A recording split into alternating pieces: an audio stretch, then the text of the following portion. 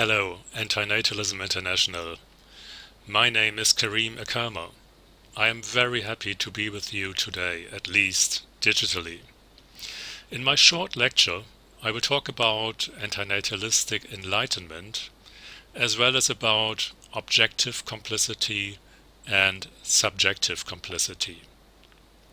Objectively speaking, whoever procreates is complicit in the causation of a lot of suffering that cannot be justified ethically.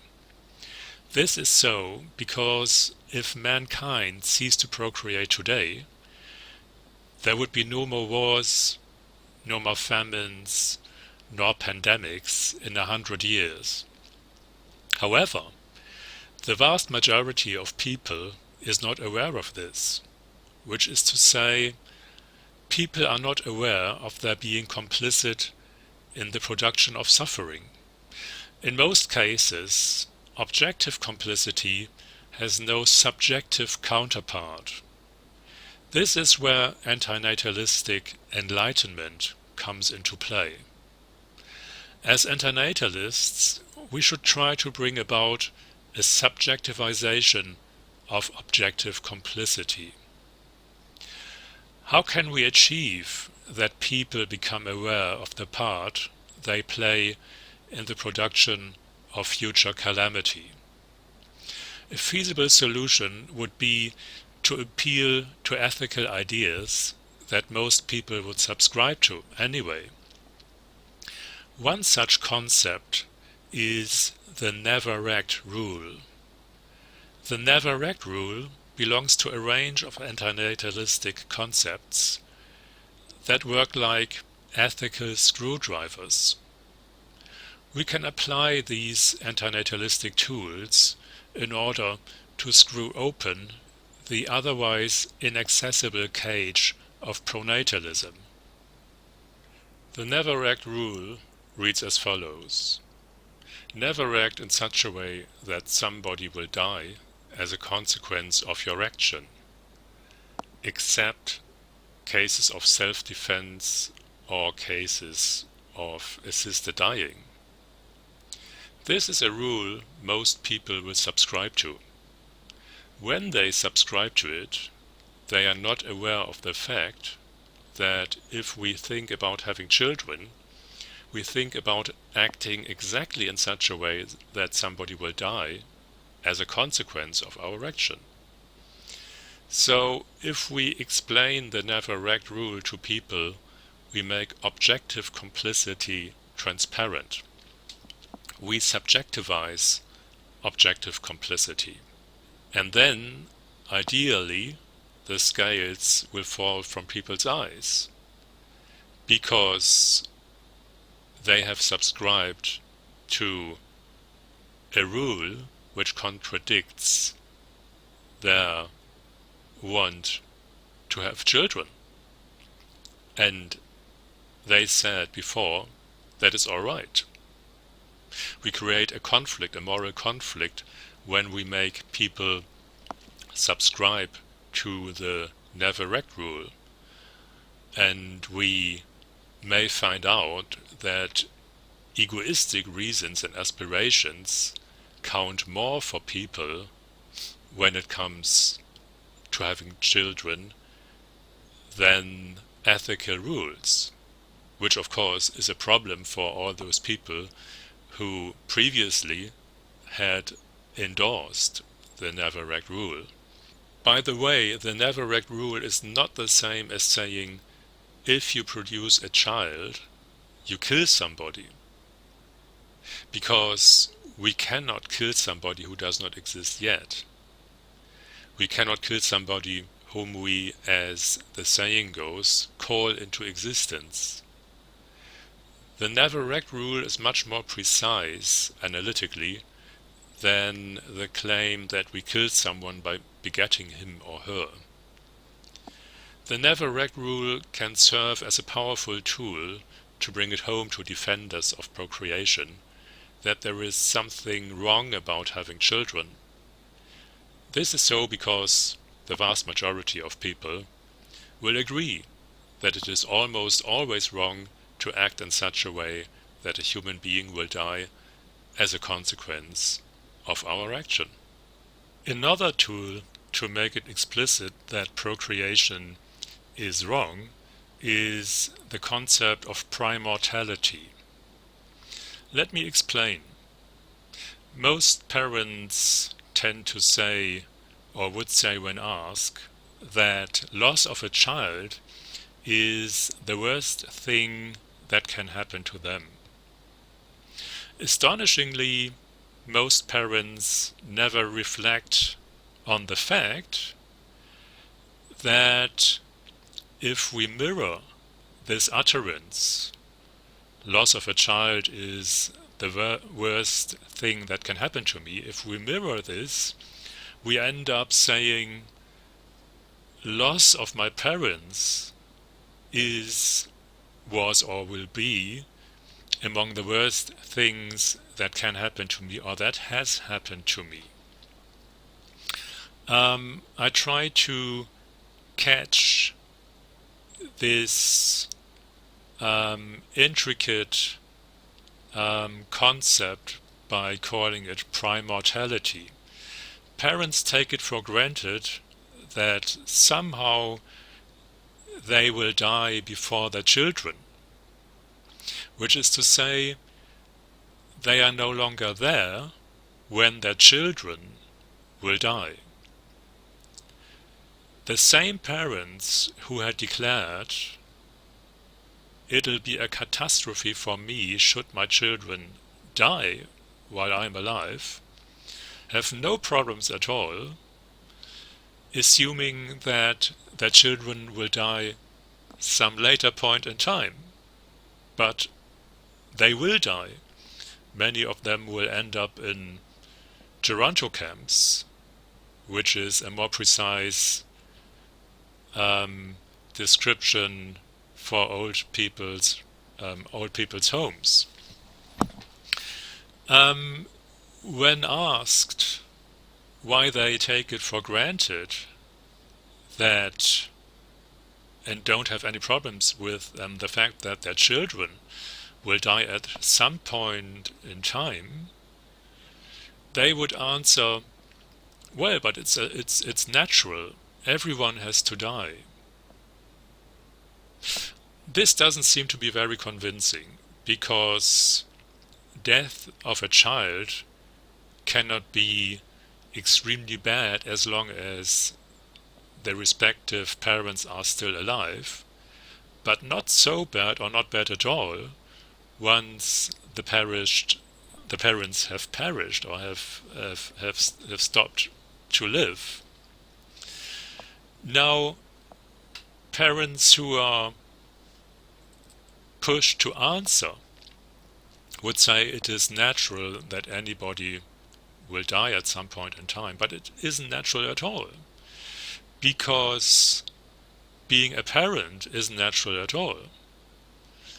People can decide whether or not to have children, so there is no force in nature which obliges people to have children. Everybody can easily abstain from having children. This is caught in the concept of primortality, that only because you as a parent will die before me as a child, don't assume this is not problematic. It is a huge problem. Perhaps parents assume that their grown-up children are not childish any longer. This is correct. But we shouldn't forget that even at an age of 30, 40, 50 or 60, that is when our parents usually die, we remain their children. So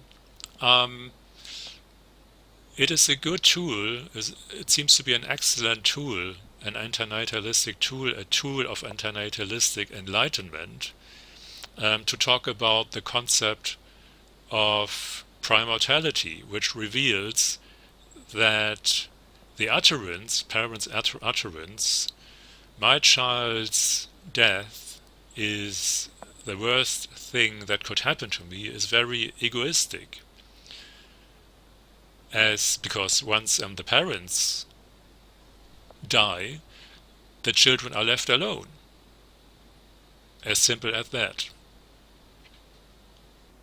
Now, the concept of parental guilt.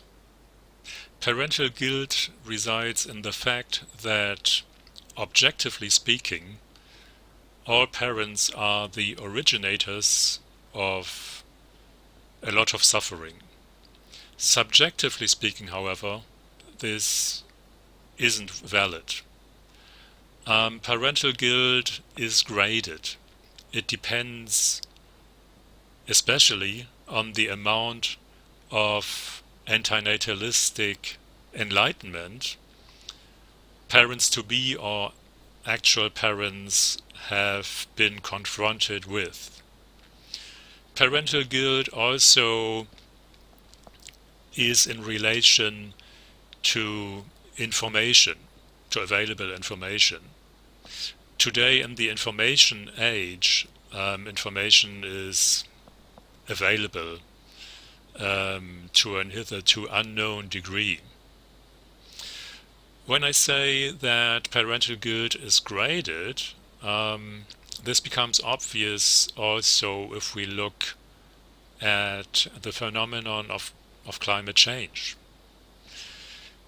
People who, in view of climate change, still have children will carry upon their shoulders a lot of parental guilt, obviously, because in the face of a lot of valid or at least convincing information, they still did not abstain from having children. Climate change is just one point in case which renders subjective parental guilt into subjective parental guilt. In the last century, we've seen 2 world wars originating from a country, and that is Germany, which was among the most developed countries. Nobody would have expected or would have seen the slighted possibility for the coming of world wars, because everybody was so civilized.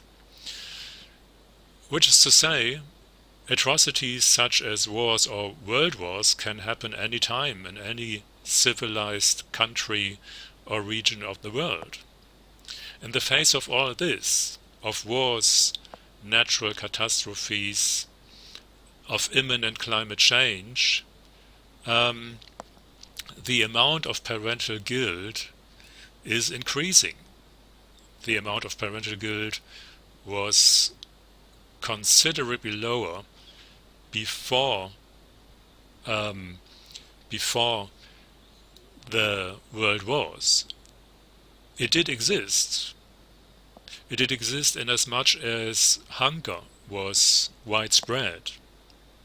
But women didn't have a lot to say when it came to procreational questions. So, especially for women, procreation just took place as a natural disaster. Today it's much different. In the information age, parental guilt has reached an unseen amount of density, and there is a lot of parental guilt around us. Now, if we take parental guilt as a concept to screw open the pronatal cage, we might succeed in convincing people to abstain from procreation, because especially in the face of climate change, it's obvious that anybody who procreates now will be responsible for his or her children's suffering in a few decades, in maybe just 10, 20, 30 or 40 years, when the parents see the concept of primortality have already perished, but the children will be there and will have to suffer through what was foreseeable and what is foreseeable now. So anybody who procreates now carries upon her or his shoulders a huge amount of parental guilt. If we bring this home to want to be parents, we might succeed in making people refrain from procreation. Interestingly enough, we find in literature many confessions of parental guilt. There wasn't a lot of antinatalistic enlightenment in the past, but still there are many confessions of parental guilt. A good case in point is Thomas Mann. Let me read a quotation from his diaries, which he wrote in the years 1918 to 1921. Quote, "When I came back, the child's ear was just being bound. He was rolling about and crying so badly, it tore my heart in two. When one brings children into the world, one creates a suffering that is outside oneself. An objective suffering that one does not oneself feel, but only watches others feel, and that one feels guilty about." So much for a very interesting and convincing confession of parental guilt. The concept of parental guilt might prove very helpful when we try to convince people not to procreate.